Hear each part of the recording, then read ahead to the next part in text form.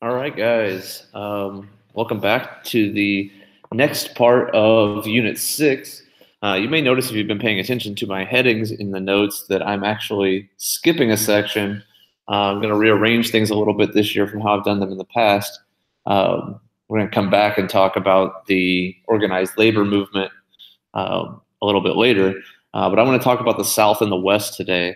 So we're going to be talking a little bit about what's going on in Chapter 16 of your book. But really try to go into a little bit of depth here as to why, what role the South and the West will play in this post-Civil War United States. So we're going to start in the South, and we'll discuss the South a little bit before we move on to the growth of the western part of the United States. But I really like this quote, and I'm not going to read it to you. You can certainly pause this video and read the quote. But this is from the Atlanta Constitution, a newspaper in Atlanta in 1886. And Henry Grady, the author of this article, goes on to basically say that he's encouraged by the idea of a new South, a South that looks a lot more like the North, one that's not based on just agriculture, although agriculture is certainly still going to be a big part of what goes on in the South, as we know from the discussion of sharecropping that we did. There's going to be a diversity in the South that hadn't existed before. And because of that diversity, you're going to see the industrial growth of the South in ways that had not been seen in the past. And I think you see that here, that in this new industrial society, you know, we've talked about the North and the cities and the growth and the immigration, and almost all of that did take place in the North. There wasn't very little of that going on in the South, but it certainly was happening. And you saw industry, paid industry, start to take hold in the South. Things like textiles and lumber, iron and steel were big there. I've mentioned in past notes that Texas was certainly would be a place where oil would be a big part of their growth as a state.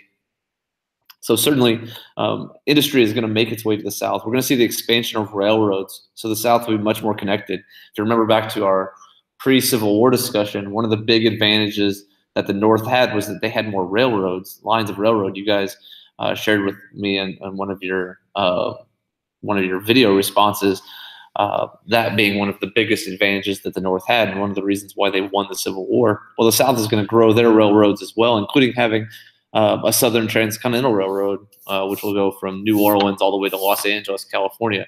So connecting the country and connecting the South into the rest of the nation in a little bit more efficient way.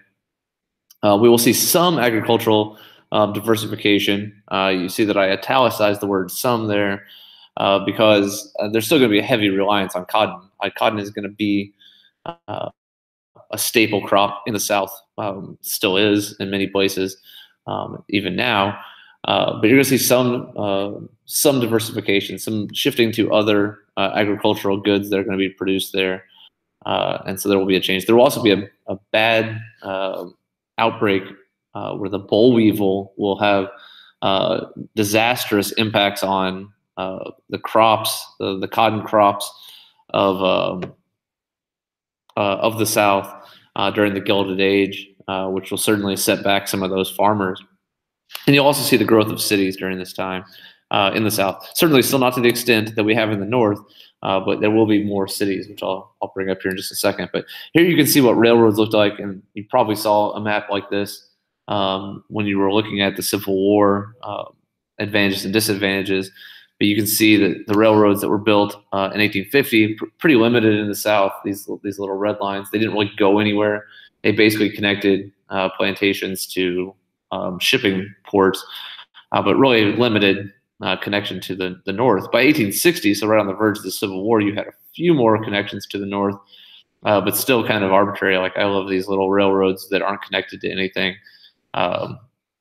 here in Alabama. Like, you just, where is that going? It's obviously connected to cities, but it's not really serving any bigger purpose to connect it to markets in the North as effectively, because they're really just producing raw materials. So if they could get their materials to textile factories like what we had in Lowell, Massachusetts, or to a place like Charleston where they could be shipped to Europe, that was really all they needed. They weren't worried about a bigger network of goods because they weren't really producing much more than just those agricultural products like cotton. But now you can see here, and this is obviously a much bigger map, but you can see here in the South, the vein of railroads is certainly extended. It's not anywhere near what the North has got going on, as the North is still going to be the heart of industry in this country. And the Transcontinental Railroad, the original Transcontinental Railroad that's completed in 1869, kind of runs through up here and ultimately connects back through here. But the South certainly is much more interconnected in this process.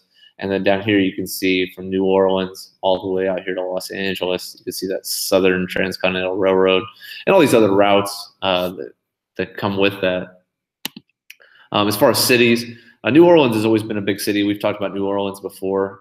It's going to be one of the biggest cities in the South. But you start to see the emergence of cities in Texas during this time. Charleston obviously has always been a big place as well. Atlanta is going to recover nicely after the Civil War as it's rebuilt from being burnt to the ground. Places like Nashville and Memphis are going to grow, Louisville, Kentucky. So you're starting to see the growth of more cities. Again, not the extent of New York, Boston, Philadelphia, Chicago, but the growth is happening. It might just be happening a little bit slower. There is some limitations on this growth, though, in that, number one, there wasn't a strong educational system in the South. So the amount of skilled workers that were available was far less than what was available in the North, as the North had focused on education much earlier than the South and had established public education and things like that. So there were far fewer skilled workers. And even there were actually far fewer unskilled workers, in that they did not have the same influx of immigrants. Like I said, most of those people settled in northern cities where most of the jobs were. So it took a while. And on top of that, the wealth was really concentrated in the hands of very few people. If you think about the way the South has always been designed, it's been basically designed for plantation owners to be incredibly wealthy. And then obviously for most of its existence, it was relying on slave labor, which certainly obviously doesn't exist anymore. But those people aren't trained. Former slaves aren't trained and certainly have very low income. Many of them are sharecroppers. But even the poor white people that lived in the South were lacking any kind of real significant income. And so the wealth is in the hands of very few. So it's really hard for like entrepreneurs to get a start in the South compared to people in the North who had those opportunities. And then again, because finances were kind of tied up in very few, there were also very few banks.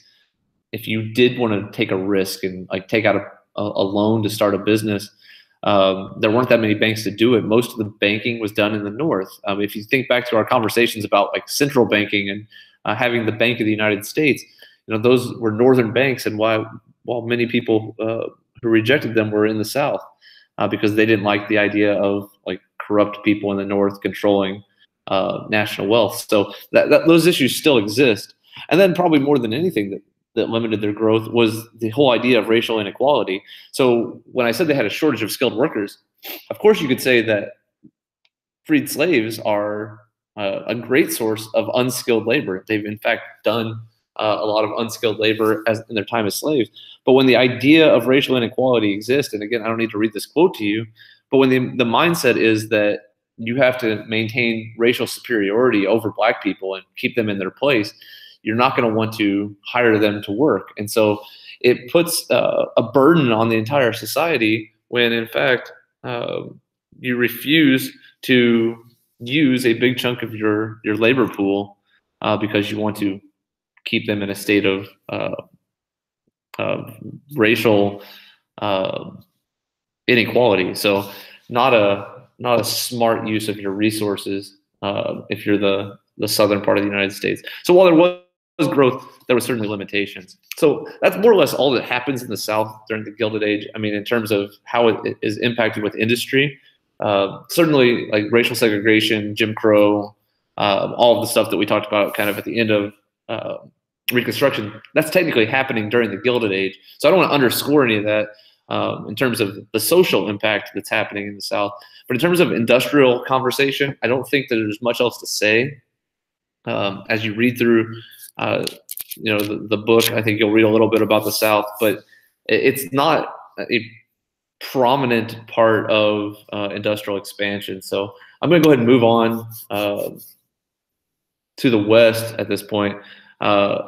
This last slide here is really just saying that as a result of the South not being very strong in terms of their industrialization, not utilizing their resources, that in many ways the North kind of exploited them and almost made them an internal colony. So winning the Civil War for the North basically provided them with the resources of the South, while the South still lagged behind. So again, the North would be buying out Southern competition, talking about that monopolization, the building of trust and things. A lot of times Southern businesses would be at a disadvantage. And again, some of that's self-made, like self-caused. So I don't feel like I need to go into that much more. It's just an exploitation of this new South. But again, I think I want to leave that with the idea that the South is better off. It's just far away from being what the North is in terms of industrialization. But I really want to spend most of the time in this lecture talking about what's going on in the West. If you remember back to the gold rush, basically we had an industrial Northeast and we had an agricultural South, and then we had gold out here in California.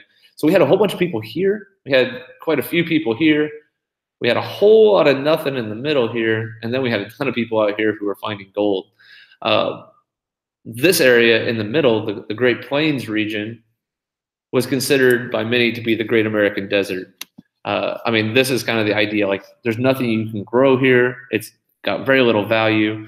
There's nothing that's really going to attract people to this part of the country. So even places like Kansas and Nebraska, which emerged as important places in the build-up to the Civil War, it was taking a long time for population to really reach these areas. But we're going to see that change very drastically during this Gilded Age period. The Great American Desert, as it became known, had really been an area that had been just left to Native Americans. If you remember back to Andrew Jackson and the Trail of Tears, the Indian Removal Act, which was the official act that led to the Trail of Tears, moved Indians to that area, to the Oklahoma Territory, which was basically all of that area, with the idea that no one wants that land. It's basically uninhabitable, and the Native Americans could have that land, and they were promised it forever. And like I said, most white settlement usually ended at the Mississippi River and then didn't really pick up again until you got to California, because the Oregon Trail took people all the way out to the far west. And so as the Civil War came to an end and this Gilded Age period really began, there's about 250,000 Indians inhabiting the area, basically unbothered by white settlement. So it was kind of a perfect situation for everyone, but that's all about the change. As settlers are going to start to move west, and they're moving west for a variety of reasons. One, gold and silver. We've already established that. 1848, it's found in California. But slowly but surely, more and more is going to be found in other places like Nevada, gold found in South Dakota, places like Idaho. There's going to be more and more mineral deposits that are going to pull people to the west. The Homestead Act is going to be another big thing, something that's passed by the Republican Congress during the Civil War in 1862, basically giving people 160 acres of land if they just go out there and live on it. So this is that frontier that I talked about in the last set of notes. People have that opportunity, and here's a chance to go out, basically pay $5, get 160 acres of land. It's not going to be easy to farm, easy to live on land, but it's more or less free, just for you to go out there and develop it. So it's going to attract a lot of people who are looking to get a new start. Some of those immigrants even are going to hear about this from Europe and try to make their way here to get that free land, although most of them will end up finding themselves too poor to ever actually move to the west to get it. There was also an idea that people believed that if they went out there and lived, then even though it was kind of dry, drought-ridden area, that the rain would in fact follow the plow. Like if they go out there and start to farm it, then the land will improve and it will be better. It's not a very logical way of looking at things, and it certainly won't be the case, as we'll see, especially when we get closer to the 1930s and the Dust Bowl. And again, I mentioned rugged individualism at the end of my city notes, but this is that concept that Americans have this ruggedness about them, and that they're able to kind of go out and kind of start anew, kind of pull themselves up by their bootstraps and make something of themselves.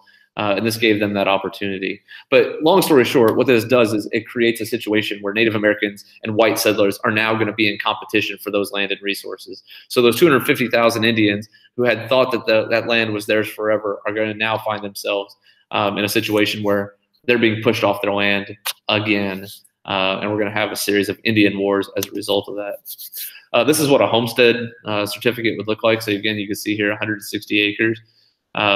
Was issued here, but this is in places like Oklahoma, the Arizona, New Mexico, places like this. You can go and get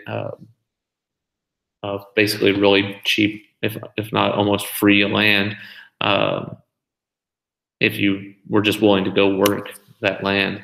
And you can see the population of the West, which would be anywhere west of the Mississippi, over the course of the 1800s, continuing to grow. And if I had a better chart here, you would see that grow even more into this Gilded Age period as a result of all these opportunities.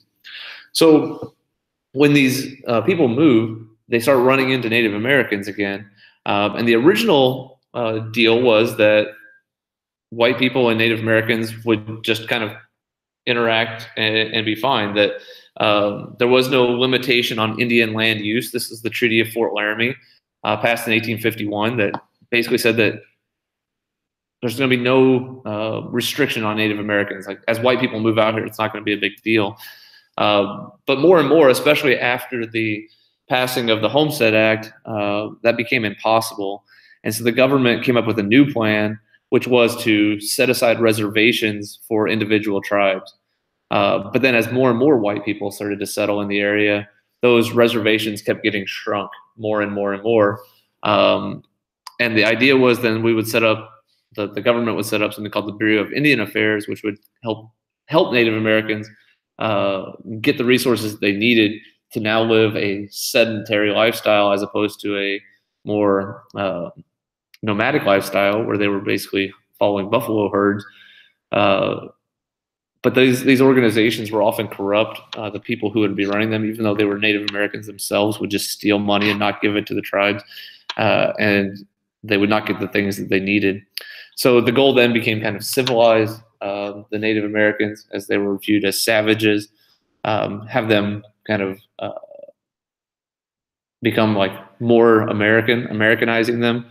And one way to do that was to kill off the buffalo, basically not let them use the animal that they valued the most, make them become more sedentary and agricultural in their existence, and then they would be forced to kind of integrate into American society more. And so you would see these like excursions where people would go out and just slaughter buffalo, and they would leave them to rot. They would take their hides because they were valuable, but they would just leave hundreds, if not thousands, of buffalo to just rot. And it became almost like a vacation for white people to go out and just kill buffalo and basically destroy Native American ways of life. Some of the reason why they needed all this land was because they were building a ton of railroads. Railroads were super important to opening up the West. Number one, the Transcontinental Railroad, coming from the east with the Central Pacific, and then the Union Pacific coming to the west. When they connected in Promontory Point, Utah in 1869, it connected the entire country. And it was important to note that these things were, even though they were built by private companies, they were funded in many ways by the government, both providing loans and land grants to give free land away to help get this built. And the biggest effect of the Transcontinental Railroad is that 10 territories would become states really quickly, because these railroads allowed for cities and towns to spring up along the railroad path.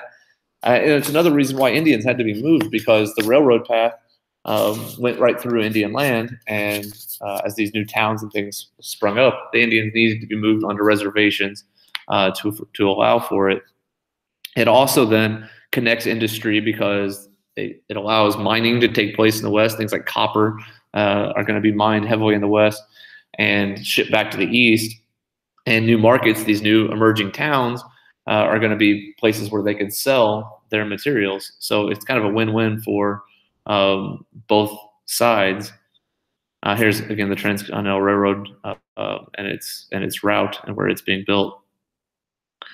And I'm actually going to stop these notes here because I'm getting ready to be interrupted by a bell. And I'm going to pick up in a second series of these notes.